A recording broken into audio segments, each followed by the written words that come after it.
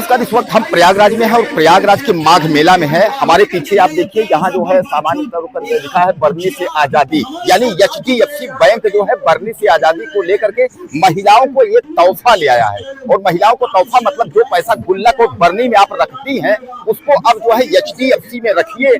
और एचडीएफसी में रखने पर क्योंकि उस पैसे की बढ़ोतरी होकर के मिलेगा। हालांकि मैं आपको बता दूं, गुल्लक और बरनी में थोड़ा थोड़ा पैसा जो है महिलाएं रखती हैं, उसके लिए जो है बैंक वाले अब आगे आकर के वह सीधे तौर पर खासकर एचडीएफसी बैंक ने इसकी शुरुआत कर दी है कि गुल्लक और बरनी में रखा हुआ पैसा अब आपको जो है ज्यादा करके मिलेगा।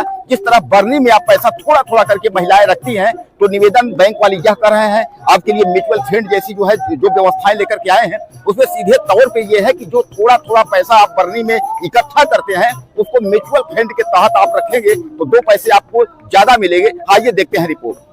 ये जो नया अभियान है ये अपना माघ मेले की शुरुआत से 3 जनवरी जब माघ मेला शुरू हुआ था उसके बाद से चालू हुआ है। लेकिन अपना ये इंस्टॉल है ये 12 जनवरी से लेके 15 फरवरी तक है।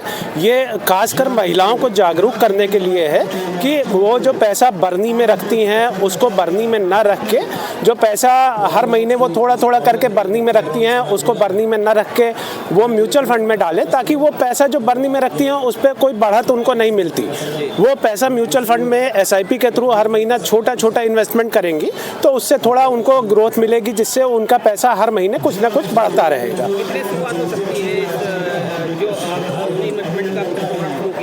ये अपना म्यूचुअल फंड का इन्वेस्टमेंट का एसआईपी का जो शुरुआत है ये 100 रुपए से है। आप किसी भी स्कीम में म्यूचुअल फंड की अपनी 100 रुपए से कर सकते हैं इन्वेस्टमेंट। क्या फायदे मिलेंगे, क्या ब्याज वगैरह इससे मिलेगी? देखिए, इसमें ब्याज कोई वो नहीं रहता है, ये मार्केट में लगता है पैसा। लेकिन अगर लंबे समय तक हम जैसे बरनी में पैसा लंबे समय तक रख के उसको जब ज़रूरत होती है तो वहाँ से निकालते हैं, तो वैसे ही अगर हम यहाँ अपना पैसा लंबे समय के लिए रखते हैं तो ये मानिए कि साल के आपको 10 से 12% के आपको नियर अबाउट रिटर्न मिल जाते हैं। इसकी समयावधि क्या होगी? इसकी समयावधि आपको अपने से निर्धारित करनी होगी, क्योंकि आप बरनी में जब पैसा रखते हैं तो वहाँ पे आप कोई समयावधि अपने से निर्धारित करते हैं।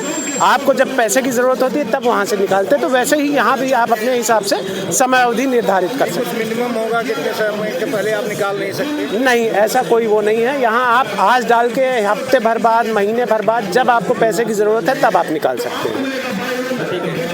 जैसे आप बताएं कि ये मार्केट पर डिपेंड होता है, तो क्या मार्केट से कुछ रिस्क भी है इसमें जैसे पैसे इन्वेस्ट करते हैं? हाँ, अगर आप शॉर्ट टर्म के लिए देखेंगे या कम समय के लिए देखेंगे तो थोड़े रिस्क हैं, लेकिन अगर आप 3 साल 5 साल के ऊपर जाते हैं तो रिस्क कोई नहीं है।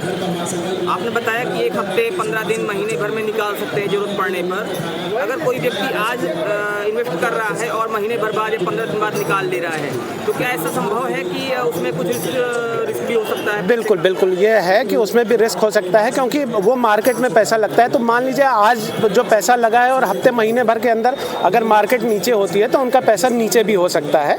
तो हम लोग इसीलिए हमेशा ये कहते हैं कि कम से कम 3 से 5 साल की अवधि में आप यहाँ इन्वेस्टेड रहिए।